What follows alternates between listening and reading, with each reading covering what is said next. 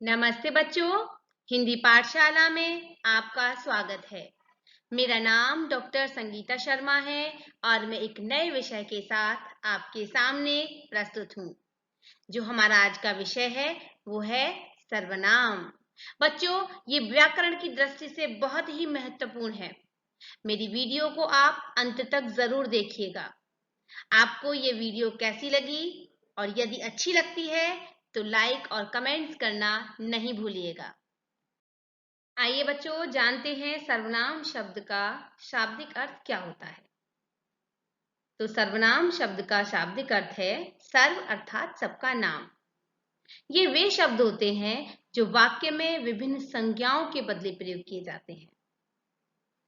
इनका मुख्य उद्देश्य वाक्य में संज्ञा के बार बार प्रयोग को रोककर वाक्य को स्पष्ट एवं सुगम बनाना होता है। बच्चों, अब कैसे सुगम बनाना होता है, उदाहरण के माध्यम से जानते हैं। जैसे गीता एक धार्मिक महिला है, गीता हर रोज मंदिर जाती है, गीता प्रतिदिन गरीबों को दान देती है। तो पहला जो गीता शब्द है वो हमारा संज्ञा शब्द है और दूसरे वाक्य जो है हमारा दूसरा वाक्य गीता हर रोज मंदिर जाती है, तो यानी वहां पर हमने गीता के स्थान पर लिख दिया वह। तो यानी संज्ञा के स्थान पर हमने सर्वनाम का प्रयोग किया और सर्वनाम है हमारा वह। गीता प्रतिदिन गरीबों को दान देती है, तो वहां पर भी हमने संज्ञा के स्थान पर प्रयोग करेंगे हम वह प्रतिदिन गरीबों को दान देती है। आइए बच्चों, जानते हैं सर्वनाम शब्द की परिभाषा। सर्वनाम किसे कहते हैं? तो बच्चों, संज्ञा के स्थान पर जो शब्द प्रयोग किए जाते हैं उन्हें हम सर्वनाम कहते हैं। उदाहरण के माध्यम से जानते हैं। रमेश मेधावी छात्र है, वह अपनी कक्षा में प्रथम आता है, वह सदैव बड़ों का आदर करता है। तो बच्चों, उपर्युक्त वाक्यों में रमेश संज्ञा शब्द है और अगले दोनों वाक्यों में वह जो प्रयुक्त शब्द है वो सर्वनाम है। तो यानी संज्ञा के स्थान पर प्रयुक्त होने वाले शब्द ही सर्वनाम कहलाते हैं। आपने देखा और समझा ना। अब जानते हैं सर्वनाम के कितने भेद होते हैं। तो बच्चों, सर्वनाम के 6 भेद होते हैं। क्रमबद्ध जानेंगे उन्हें। सबसे पहला पुरुषवाचक सर्वनाम, नंबर 2 निश्चयवाचक सर्वनाम, नंबर 3 अनिश्चयवाचक सर्वनाम, नंबर 4 प्रश्नवाचक सर्वनाम, नंबर 5 संबंधवाचक सर्वनाम, नंबर 6 निजवाचक सर्वनाम। तो आइए जानते हैं बच्चों सर्वनाम के पहले भेद के बारे में। और पहला भेद कौन सा है? पुरुषवाचक सर्वनाम। जैसा कि नाम से ही विदित हो रहा है, यानी ये वह सर्वनाम जो किसी व्यक्ति के लिए प्रयोग किया जाता है पुरुषवाचक सर्वनाम कहलाता है। जैसे मैं, तुम, वह। अब उदाहरण के माध्यम से जानते हैं। राम मोहन से रमेश के विषय में कहता है, मैं कहता हूं तुम उसके लिए पुस्तक दे दो। अब बच्चों, उपर्युक्त वाक्य में मैं बोलने वाला राम के लिए, तुम सुनने वाले मोहन के लिए तथा उसके रमेश के लिए प्रयोग किया गया है। यानी ये जो शब्द हैं वो सर्वनाम है। कौन कौन से? मैं, तुम और उसके, ये पुरुषवाचक सर्वनाम है। तो जानते हैं पुरुषवाचक सर्वनाम के प्रकार। पुरुषवाचक सर्वनाम कितने प्रकार के होते हैं? इसके कितने प्रकार होते हैं? तो बच्चों, पुरुषवाचक सर्वनाम 3 प्रकार के होते हैं। कौन कौन से? पहला हमारा उत्तम पुरुषवाचक सर्वनाम, दूसरा मध्यम पुरुषवाचक सर्वनाम, तीसरा अन्य पुरुषवाचक सर्वनाम। आइए बच्चों, जानते हैं पुरुषवाचक सर्वनाम के पहले भेद के बारे में। और पहला भेद कौन सा है? उत्तम पुरुषवाचक सर्वनाम। तो बच्चों, बोलने वाला या लिखने वाला अपने नाम के बदले जिस सर्वनाम का प्रयोग करता है उसे हम उत्तम पुरुषवाचक सर्वनाम कहते हैं। जैसे मैं और हम। वाक्य के माध्यम से जानते हैं। मैं पुस्तक पढ़ रहा हूं, हम खेल रहे हैं। उपर्युक्त वाक्यों में मैं और हम उत्तम पुरुषवाचक सर्वनाम है बच्चों। उत्तम पुरुषवाचक सर्वनाम के कारकीय रूप इस प्रकार हैं। मैं और हम, ये हमारा मूल सर्वनाम है और इनसे बनने वाले शब्द कौन कौन से हैं? पहला देखते हैं मैं। तो मैं से बनने वाले शब्द हैं मैंने, मुझको, मुझसे, मेरे लिए, मेरे, मेरी, मुझ पर, मुझ में आदि। अब हमसे जानते हैं हमसे बनने वाले शब्द हमने, हमको, हमसे, हमारे लिए, हमारा, हमारे, हमारी, हम पर, हम में आदि। आइए जानते हैं पुरुषवाचक सर्वनाम के दूसरे भेद के बारे में, जो है हमारा मध्यम पुरुषवाचक सर्वनाम।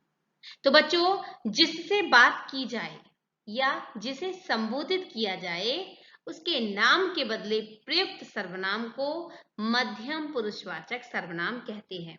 जैसे तू, तुम, आप, ये मूल सर्वनाम है बच्चों। तुम वाक्य के माध्यम से जानते हैं तुम एक बढ़िया खिलाड़ी हो, आप विश्राम कीजिए, तुम कविता सुनाओ।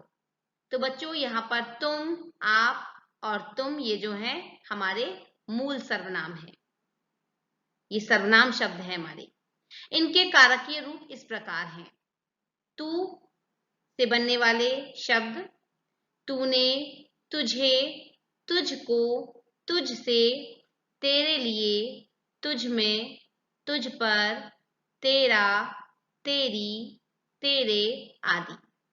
तुम, तुमसे बनने वाले शब्द तुमने, तुम्हें, तुमको, तुमसे, तुम्हारे लिए, तुम पर, तुम में, तुम्हारा, तुम्हारी, तुम्हारे आदि।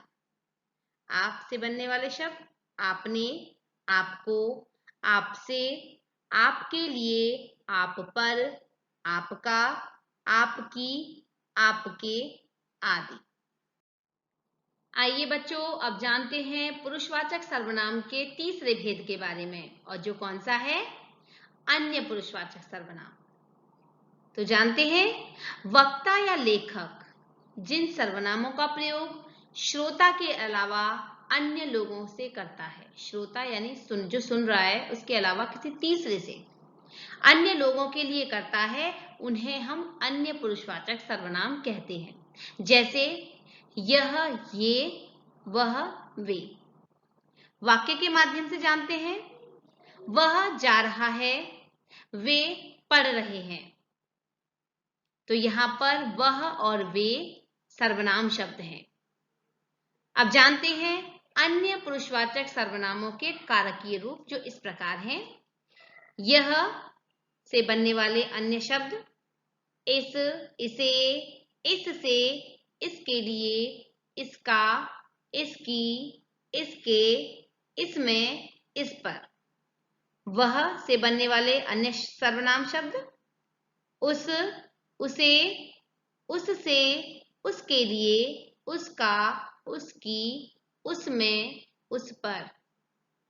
यह से बनने वाले अन्य सर्वनाम शब्द इन, इन्हें, इनसे, इनके, इनके लिए, इनका, इनकी, इनके, इनमें, इन पर। वह से बनने वाले अन्य सर्वनाम शब्द उन, उन्हें, उनसे, उनके, उनके लिए, उनका, उनकी, उनके, उनमें, उन पर। आइए बच्चों, जानते हैं सर्वनाम के दूसरे भेद के बारे में, और जो है हमारा निश्चयवाचक सर्वनाम। तो बच्चों, निश्चयवाचक सर्वनाम किसे कहते हैं? तो यानी जो सर्वनाम किसी निश्चित व्यक्ति या वस्तु की ओर संकेत करते हैं, चाहे वो वस्तु दूर हो या पास हो, उन्हें हम निश्चयवाचक सर्वनाम कहते हैं। जैसे यह, वह।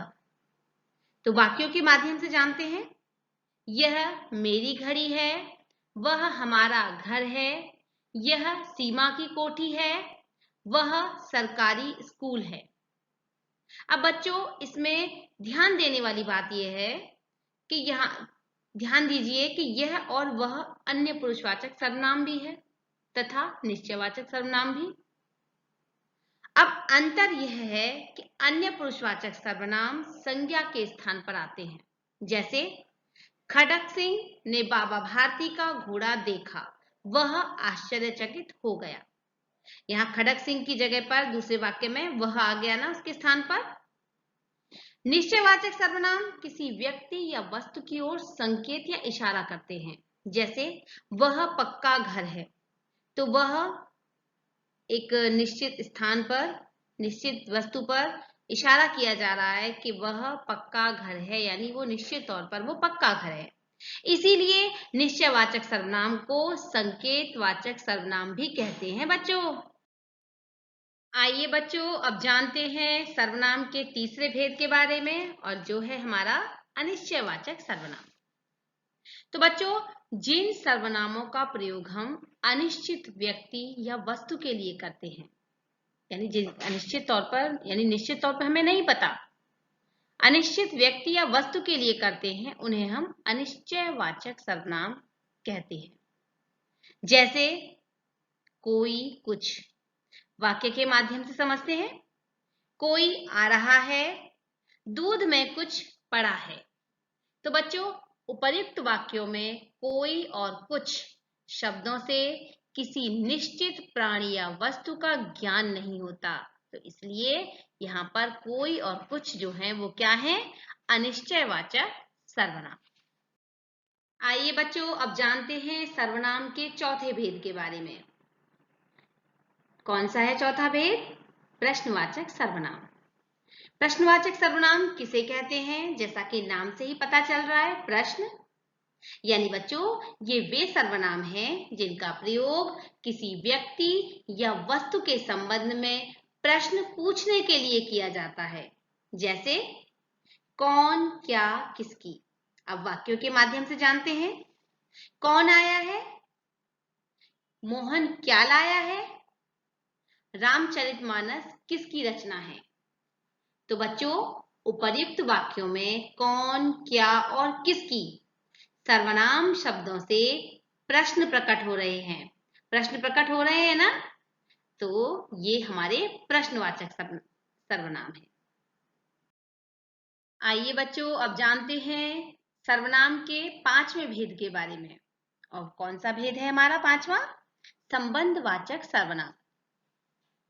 तो बच्चों संबंधवाचक सर्वनाम किसे कहते हैं?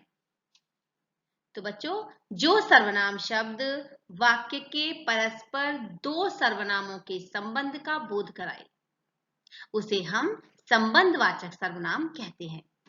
जैसे जो, सो, जिसकी, उसकी, जैसा, वैसा आदि। उदाहरण के माध्यम से जानते हैं, वाक्यों के माध्यम से। जो मेहनत करेगा सो पास होगा, जो पढ़ेंगे सफल होंगे, जैसा करोगे वैसा भरोगे, जिसकी लाठी उसकी भैंस। आखिरी वाक्य है हमारा, जो फसल की भली भांति देखभाल करता है वह अवश्य अधिक अनाज पैदा करता है। तो बच्चों उपर्युक्त वाक्यों में जो, सो, जैसा, वैसा, जिसकी, उसकी, जो और वह शब्दों का परस्पर संबंध है। अतः यहाँ पर क्या है, ये संबंधवाचक सर्वनाम कहलाता है। आइए जानते हैं सर्वनाम के छठे भेद के बारे में, जो है हमारा निजवाचक सर्वनाम। निजवाचक सर्वनाम किसे कहते हैं? जैसा कि बच्चों निजवाचक से ही पता चल रहा है, यानी जो निजता, यानी स्वयं के लिए। तो यानी परिभाषा है हमारी इसकी, अपने लिए अर्थात स्वयं के लिए प्रयुक्त सर्वनाम शब्द निजवाचक सर्वनाम कहलाते हैं। जैसे स्वयं, अपने आप, खुद। वाक्यों के माध्यम से जानते हैं। वह आप आया था, यह काम मैं स्वयं कर लूंगा। गांधी जी अपने आप काम करते थे, मैंने यह खाना खुद बनाया है। तो बच्चों, उपर्युक्त वाक्यों में स्वयं शब्द का प्रयोग और आप शब्द का प्रयोग, अपने आप शब्द का प्रयोग, खुद शब्द का प्रयोग कर्ता के साथ अपनापन बताने के लिए हुआ है। अतः ये शब्द निजवाचक सर्वनाम है। अब जानते हैं बच्चों कुछ ध्यान देने योग्य बातें, और वो कौन सी हैं?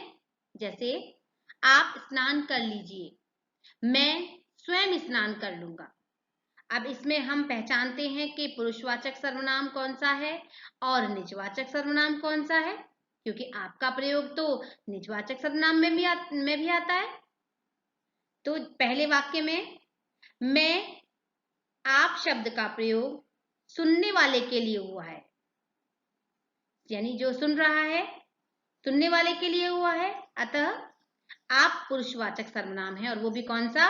मध्यम पुरुषवाचक। और दूसरा वाक्य, मैं स्वयं शब्द का प्रयोग अपने आप के लिए हुआ है बच्चों। अतः यहाँ पर स्वयं शब्द निजवाचक सर्वनाम के लिए प्रयुक्त हुआ है। अब आपको इसका अंतर स्पष्ट हो गया होगा ना? यहाँ पर बच्चों मूल सर्वनाम के यौगिक रूप लिंग, वचन, कारक के आधार पर मैंने यहाँ पर मूल सर्वनाम केवल मैं ही लिया है। आपको समझाने की कोशिश की है कि इसी तरह से आप कारकीय चिन्हों के आधार पर किस तरह से उसे एक वचन से बहुवचन में परिवर्तित करेंगे। तो सबसे पहले आपको कारक चिन्ह याद करने होंगे। इन कारक परिसर्गों को आप अच्छे से याद कर लेंगे। जैसे मैं हमारा क्या है? मूल सर्वनाम। और हमारे मूल सर्वनाम कितने होते हैं बच्चों? 11। तो उसी तरह से आप इस सारणी के माध्यम से बाकी और मूल सर्वनाम शब्दों को सारणी में इसी तरह से लिखेंगे। आइए बच्चों, सर्वनाम के संबंध में कुछ ध्यान देने योग्य बातें। लिंग के कारण सर्वनाम पदों में कोई परिवर्तन नहीं होता है। फिर हम सर्वनाम वाले वाक्यों में लिंग का पता कैसे लगाएं, ये प्रश्न उठता है। तो जैसे अब मैं उदाहरण के माध्यम से समझाऊंगी आपको। वह जा रहा है, वह यहां पर क्या है? पुल्लिंग। वह जा रही है। अब वह यहां पर क्यों प्रयोग, किसके लिए प्रयोग हुआ है? वह प्रयोग हुआ है हमारा स्त्रीलिंग के लिए। तो यहां पर हमने जो लिंग की पहचान की वो किसके माध्यम से करी? क्रिया के द्वारा करी, यानी जा रहा है और जा रही है। स्पष्ट हो गया यहाँ पर? दूसरा वाक्य एक और बताती हूं मैं आपको। मैं आम खाता हूं, मैं आम खाती हूं। अब मैं क्या है? पुल्लिंग। और मैं, जो दूसरा शब्द मैं सर्वनाम शब्द यूज हुआ है, इस्तेमाल हुआ है, वो मैं क्या है? स्त्रीलिंग। तो यहां पर आपने किससे पहचान करी स्त्रीलिंग और पुल्लिंग की? क्रिया के द्वारा ना? तो उसी तरह से हम क्रिया के द्वारा लिंग की पहचान कर लेंगे। अब वचन के अनुसार सर्वनाम बदल जाते हैं। कैसे बदल जाते हैं? जैसे देखिए, वह खा रहा है, वे खा रहे हैं। अब वाक्य में वह का प्रयोग एक वचन के लिए हुआ है और वे खा रहे हैं, यहां पर वे का प्रयोग बहुवचन के लिए प्रयोग हुआ है। स्पष्ट हो गया आप लोगों को? आगे जानते हैं बच्चों, आदर देने के लिए एक वचन पुरुषवाचक रूप का प्रयोग बहुवचन में होता है। जैसे पिताजी दफ्तर गए हैं, वे शाम तक लौटेंगे। अब पिताजी एक वचन है, लेकिन बच्चों यहां पर याद रखने वाली बात यह है कि हम बड़ों के लिए शिष्टाचार दिखाते हुए एक वचन का प्रयोग बहुवचन में करते हैं। तो वैसे ही यहां पर वे का प्रयोग हुआ है। पिताजी दफ्तर गए हैं, वे शाम तक लौटेंगे। आगे है, आजकल मैं के स्थान पर हम का प्रयोग भी एक वचन में किया जाने लगा है। जैसे हम आपके साथ नहीं जाएंगे, हमें आज ही जाना है। तो यहाँ पर बहुत से जगह पर बच्चों मैं का जो शब्द का प्रयोग हम के लिए भी किया जाता है। जैसे आप लखनऊ की तरफ जाएंगे तो वहां पर मैं के स्थान पर हम बोला जाता है, जैसे नवाबी अंदाज। तो समझ में आ गई होगी बात आपको। फिर आगे, तू का प्रयोग अत्यधिक निकटता या अनादर प्रकट करने के लिए किया जाता है। तू का प्रयोग किसके लिए किया जाता है? अनादर प्रकट करने के लिए या अत्यधिक निकटता, यानी हम बिल्कुल जिसके साथ फ्रेंडली हो जाते हैं तो वहां पर हम आप और तुम का प्रयोग न करके तू का प्रयोग करने लगते हैं। और अनादर यानी जब हम किसी के साथ हमारी लड़ाई हो जाती है तो उसका अनादर करने के लिए हम तू का प्रयोग करने लगते हैं। ये आजकल चलन में है कि तू का प्रयोग किया जाता है। जैसे तू भाग जा, ये अनादर प्रकट करने के लिए है। और दूसरा वाक्य जो है, हे प्रभु तू ही मेरा स्वामी है, यहां पर अत्यधिक निकटता है प्रभु से, ईश्वर से, कि हे प्रभु अब तू ही मेरा स्वामी है। तो बच्चों, मुझे विश्वास है कि आपको ये सर्वनाम की पूरी वीडियो समझ में आई होगी। इसी के साथ मैं यहीं पर विराम देती हूं। आप अपने कमेंट्स जरूर लिखिएगा। धन्यवाद।